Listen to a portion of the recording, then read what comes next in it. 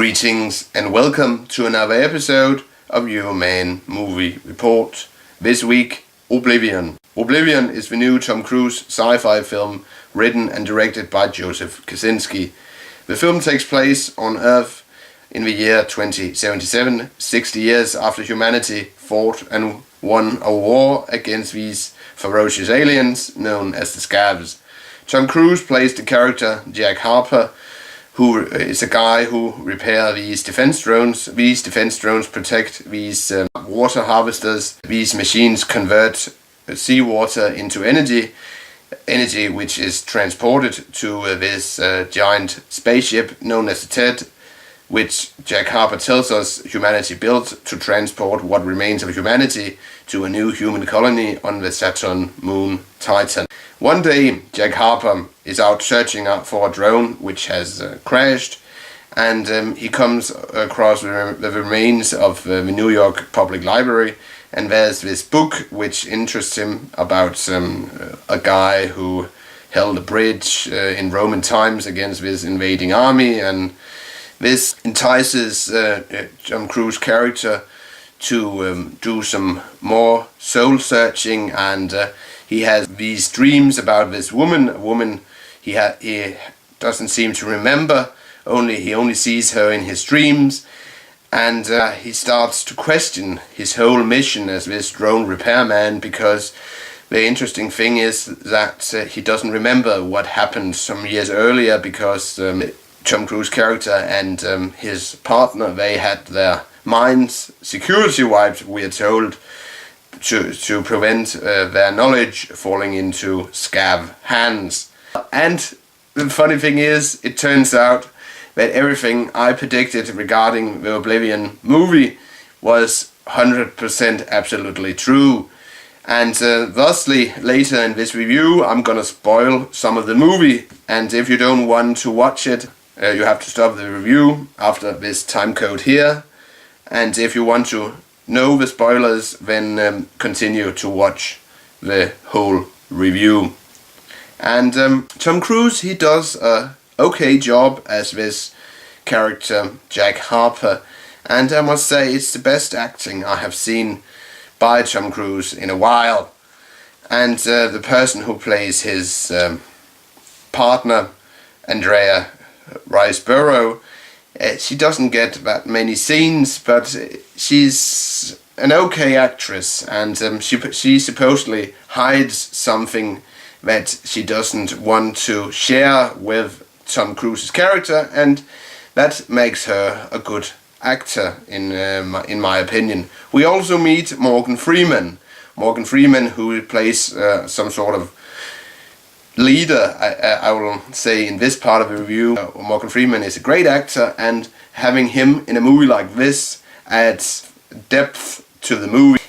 We also meet in a short cameo Nikolai Coster-Waldau from Game of Thrones. All in all, the acting is okay, and I was satisfied. To talk about the visuals, they are very good as well, and CGI is good. There are some minor flaws in the CGI, but they are acceptable. The outdoor scenes were filmed on Iceland. You really get this feeling that this is a desolated world, and Iceland is a great backdrop for this. The music is great as well. The film itself borrows elements from other sci-fi flicks, and that doesn't make Oblivion very original, but it's an okay film. And if I'm gonna rate it, I would say 3 out of 5 Coca-Cola bottles. And here comes the spoilers regarding the story, so if you don't want to watch, please end the video now. This is Euroman of Euroman's Movie Report signing off to those of my viewers who don't want to know what the main plot is.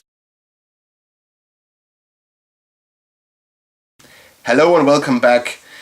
I guess you would like to know what the main plot of Oblivion is, so here we go. It turns out that the whole story we're told in the trailer and in the first part of the film, that humanity had fought this war against these aliens known as the Scavs, that this story is a fabrication, And it turns out that the giant thing we see in the beginning of the film, which Tom Cruise's character tells us was built by humans, is in fact a giant living machine like Brainiac in the Superman universe, a machine which travels from planet to planet and sucks up energy. Tom Cruise's character is in fact a clone of an American astronaut from an international mission which was sent from Earth in 2017, and this mission was interrupted by the presence of the TED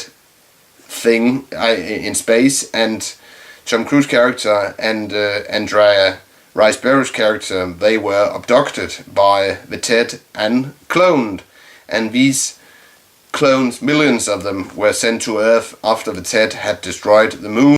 The moon, we're told in the beginning of the film that the moon had been destroyed by the scav, but in fact it had been destroyed by the TED. And after the TED had destroyed the moon, it sent down to Earth these millions of clones of Tom Cruise and Andrea Riseborough's character, who murdered a lot of people. And then the machine had placed these maintenance workers, also clones of Tom Cruise's character and Andrea Riseborough's character, to maintain these water towers.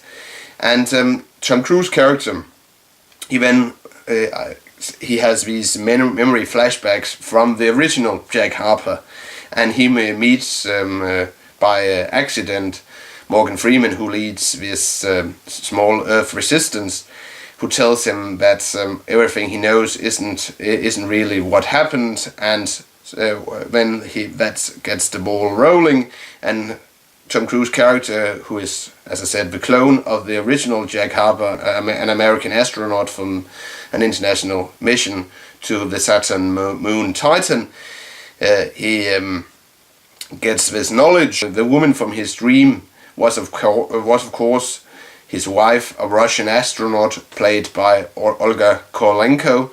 Tom Cruise's character, of course, chooses to side with humanity and blow up the TED in the end of the film. Jack Harper's widow, she lives happily ever after with the other humans, and then it turns out in the end one of the Jack Harper clones have survived, and she gets her husband back because she believes that her husband had, the clone of her husband, the good clone, had sacrificed himself for humanity. But then it turns out that another clone, he had the same memories, so in fact she gets her husband back at the end. That's it. Basically, Oblivion is like if you have mixed the movie Moon with some parts of The Matrix, and it's an okay film, and now you know what the plot is. That's it. Euroman or Euroman's Movie Report signing off, wishing every one of my viewers a pleasant weekend, and I'll see you in the next movie review. Bye for now.